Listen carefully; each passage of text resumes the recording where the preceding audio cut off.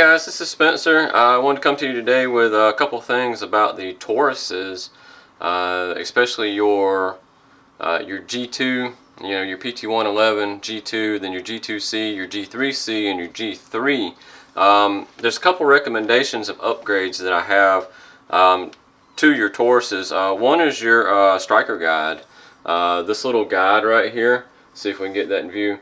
If you look at this guide, if you're having issues with your trigger, like your trigger hanging or sticking or feeling gritty, one of those issues, see how dirty that is down in there? This is plastic, so basically with it rubbing back and forth, it's going to kind of create crevices, kind of make it like a sandpaper, and within the crevices of like sandpaper, your grease and your dirt, your gunpowder, all that residue is going to build up in there, and it's going to make your trigger gritty. So one of the replacements I highly suggest is the striker guide, and where you can find that is Lakeline Industries. I'll put the link in the comments or the section below to Lakeline Industries, because they have several things that you can get over there, and I'm going to show you the striker guide I replaced it with here in just a second. We'll pull it apart and show how to install it as well.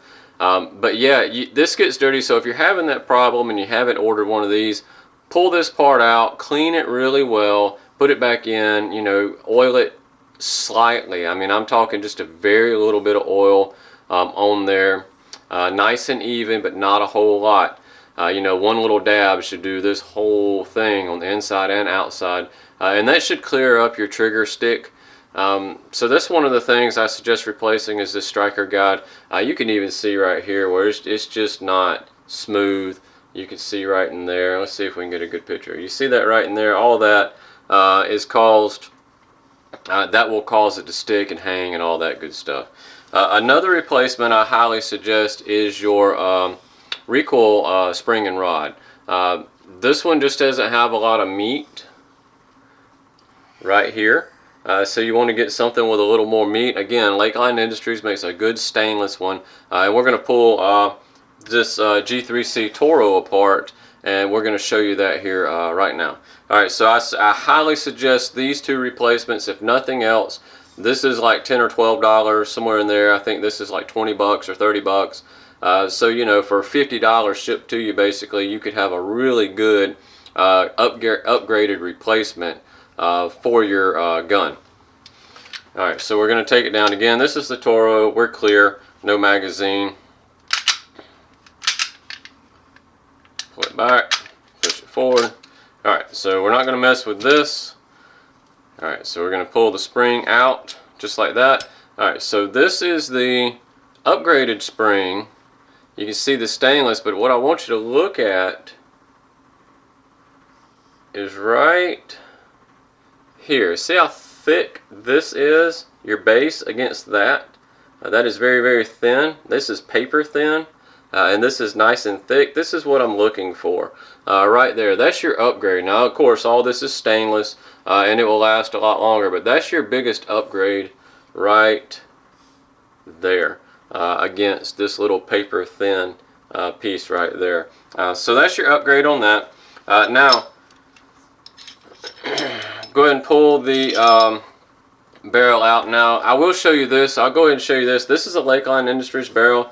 It's got your nice little fluting here. It's got a port up top. This is a nice upgrade as well. And what this upgrade does, the barrel upgrade, you can notice a little difference in recoil. Now, this gun doesn't have a lot of recoil anyway. It's a very manageable gun, even with your stock barrel. This is your stock barrel, but it lengthens it a little bit so it does stick out the front, but you don't lose anything on length. And what this actually does is when this thing shoots, normally it's wanting to kick up. This actually keeps it held down. It makes it want to push back more, so you can stay on target, so you don't have that high flip. So it's just going to go up a little bit now, and there is a noticeable difference in recoil when I shot it. And then there's also, the biggest thing is when you're shooting, you don't have that really high flip. It flips a little bit, but not quite as much. This keeps it pushed down with that right there. Alright, so to take this part, if you look down in here, right down in there. You can see that I've got the stainless striker guide, and what we're going to do is we're actually going to take the striker guide and I'll pull it back. We pull the striker guide back, and then we push this little end piece right here out. Now you see where my finger is holding the striker guide in, and you want to do that. You want to hold your striker guide in. Then we're going to pull the striker and striker guide, and you want to make sure that you're paying attention to how this part right here went in. So if you're looking at the bottom like this, you're right here. If you can see where that's machined in, right there, it's got a little concave. It goes to your right if you're looking at it upside down. Alright, so we're looking at it this way. Alright, so we've got our stainless guide right here. I've already installed my stainless guide, and you see this part goes to the bottom. It's all stainless, nice and finished. So this isn't going to scratch anywhere near as hard or as easy as this is going to, and gum up and all that stuff. You still need to clean it every once in a while, but I will tell you the difference that I felt between this trigger pull to here was amazingly smooth. Alright, now of course I'd shot it a few times and it got a little dirty, so I was feeling a little bit of grit. But when I put this in here, I can notice over the factory clean, or when it come from the factory and I just cleaned it and I got it nice and lubricated, I could still feel that difference in the smoothness right here. Huge difference. I highly suggest this one, if nothing else. Do this upgrade. Again, I think this is 10 or 15 bucks. It's not much. The link will be in the description below. Alright, so how you're going to want to do this, it makes it a little bit easier, and I'm going to have to set it down. But what's going on here, not sure if you can see that, but there's a split in that little plastic black piece right there. There's a split. So I'm going to go down here. I'm going to pull this back. I'm going to pull up on the little plastic piece, and you see how that plastic piece came out. Now you got to hold your spring. Let it come on out. Now your spring is going to come off. This is going to come out. And then your guide rod, your striker guide will come out. Your little sleeve right here.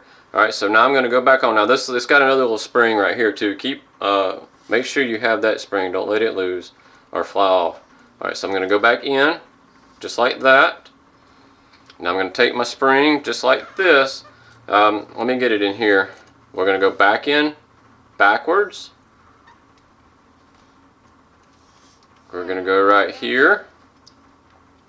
Now this is the hard part. I'm going to have to take my little tool, seat my striker guide in there. Now I've got it pulled down. Get my little black piece. Again, this is in two pieces. It's basically kind of like your what's the part that goes on, that holds your springs in on a engine. The little part is just like that. I forget what they're called, but you see it's two pieces and it makes one. So we got to get it down in that spring so it seats, and that's what holds that right there. But your springs to your valves, those little retainers, I can't remember. It's literally exactly the same thing. So any auto mechanics out there that have changed springs in a car, in the heads of a car, it's the same kind of retainer. I forget the name to them though. I believe they're just called striker guide retainers on this, but I can't remember what they're called in a car. So I'm going to have to get my thumbnails down in here. Trying not to let this thing fling out. Pull this down far enough. I know it's very hard to see right there. I'm going to put the one in. Alright, I got the one on the one side. Now I'm going to kind of spin it, grab my other one. Now I'm going to try to hold it as I pull down. You see how it kind of got loose right there? See if we can do this. I'm going to put the other one in. Now you're going to have to wiggle it. Get it down in there. There we go. Make sure that you keep retention on this spring, because you don't want that spring popping out. Alright, so now we're completely reassembled. Alright, now remember how we took it out with this little machine right here was to my right. So we're just going to put it right back in, just like that. Alright, Now what we're going to do with that is we're going to take our little tool. You could use a screwdriver. I just use, this is a clay carving thing that makes it nice and easy for some of this stuff. So I'm going to pull down here. I'm going to take my little rear piece. There we go. Right there. Alright, now that's in and it's fully put back together. So to this, to get that back in. Now again, I highly suggest that upgrade. It is kind of difficult if you're not really used to pulling guns apart. It may take you a little while, especially getting into a little more intricate stuff. You know, field stripping is one thing, but that's a little more intricate. It's not bad, but it's a little more intricate. But if nothing else, I suggest replacing your striker guide. And then of course your spring, no big deal.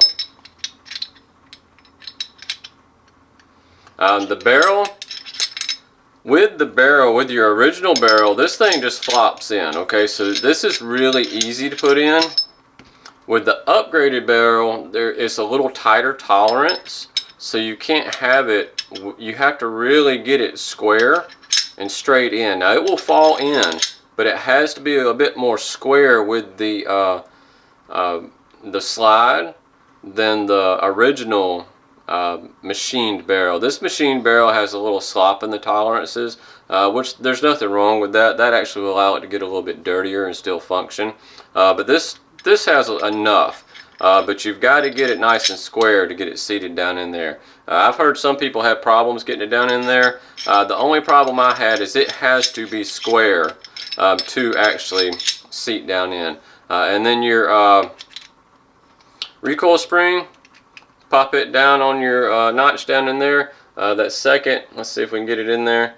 You know, your little second notch, not the big notch, but the smaller notch down in there. You want to seat it down on that one. I'll show you what it looks like on this one.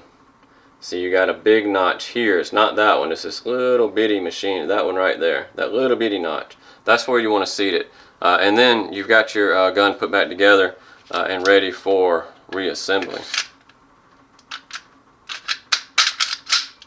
Just like that. We're going to check it, click, check it, click, click, click. And it's put back together. Now this is what this ported barrel looks like on my G3c. This is the Toro. I do have the Holosun 507C on here. I love this optic. If you're looking for a good optic, this is the way to go. And I don't know, let's see if we can see it down there. Yep, you can see the green. I don't know, let's see. No, it's not going to go. And if you see what I just did there, it is still on. You can't see it. But what happens is right there, I've got it set for low light. And when you get into bright light, it brightens up. Low light, bright light. This solar panel on top, what that does is that brightens it up. So when you go outside, you've got a nice bright one. But when you're inside, let's see if we can find it again. When you're inside, it's nice and low. So it's not so bright on the inside. It's even lower. You can barely see it right there. In fact, I don't know that you can see it. But it is low light. This is for light dark. And then it will get...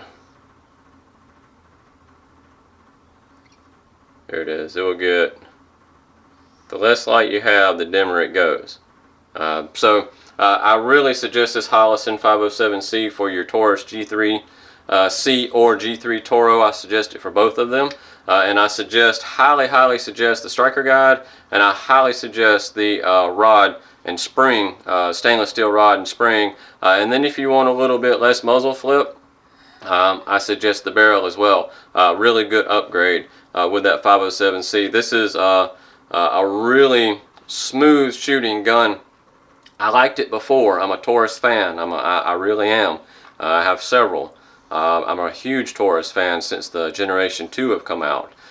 Generation 1 wasn't that great, but Generation 2 came out, and they really started manufacturing, and their quality is top notch, especially for the price range. And in fact, I own the higher end guns. I own a few of them, and this is my daily carry. I prefer to carry this one. So yeah, guys, this is my G3C. With some of the upgrades I've did. I highly suggest the striker guide, and I highly suggest the spring. Outside of that, if you have the Toro, the Holosun 507C is the way to go. And then And this is a green dot. You can get them in red as well, but this one is green dot, and you can get it in red. My eyes just pick up on green. And then if you want to get a little less muzzle flip, again, so when this thing shoots on normal, it wants to really fly up like this. With the way this port is made, it actually shoots, you know, gas out the top.